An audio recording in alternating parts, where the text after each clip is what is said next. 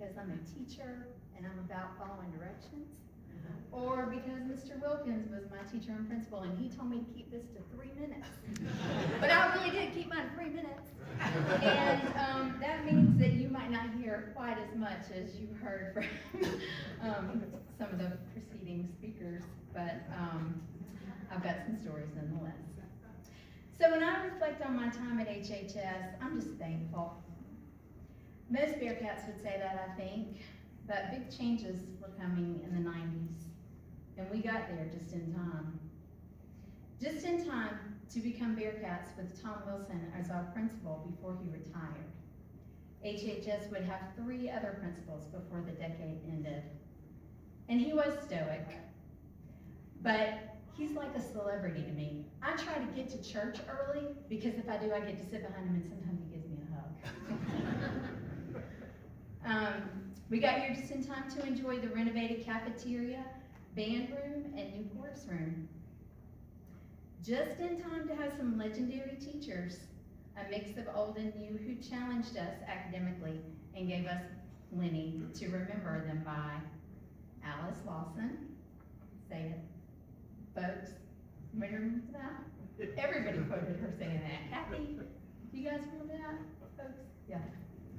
Hannah Edwards, Mr. Wilkins, Walt Cottingham, Dr. Van Italy, Pam Bolton, and so many more.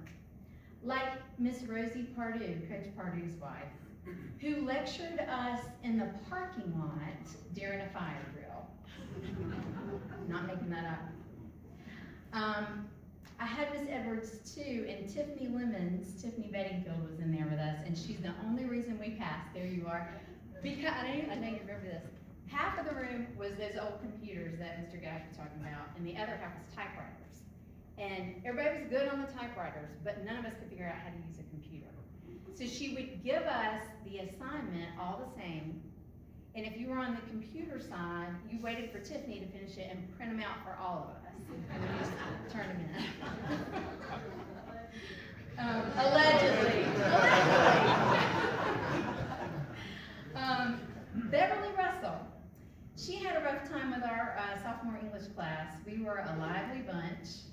And one day she had to leave us unattended to go to the office. Before she left, she said, I have to step out. And when I come back, I do not want to see chaos in this room. So she stepped out, and Nathan Bird got up and wrote the word chaos in life-size letters on her board. He's a preacher now. Miss Youngblood, who disappeared into her classroom closet one day in our world history class and emerged wearing a crown as Queen Nefertiti. And Charmin Norman, who got me through Algebra 2 and trigonometry and was also my cheerleading coach and Kiwanis sponsor. I spent more time with Charmin and Mike when I was in high school than I did my own family. They even spent summers taking Kiwanis to Myrtle Beach, sometimes on an activity bus, and sometimes it didn't make it. We were just in time to have Mr. Orr, too. He retired my senior year, but not before our production of Grease. Our senior play was the last one he directed on this stage, which is now named for him.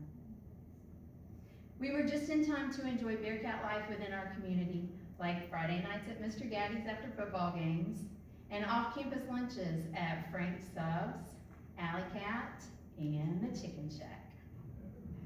We were just in time to have been students of the Hendersonville City School System, which would end the year my class graduated. Many of us in the class of '93 had attended the city schools together since kindergarten, beginning at Bruce Drysdale, then Hendersonville Middle Grade, Hendersonville Junior High, and finally here at HHS. The significance of those changes was not lost on us. We wondered what would become of our school in the midst of such changes. What became of HHS was continued excellence.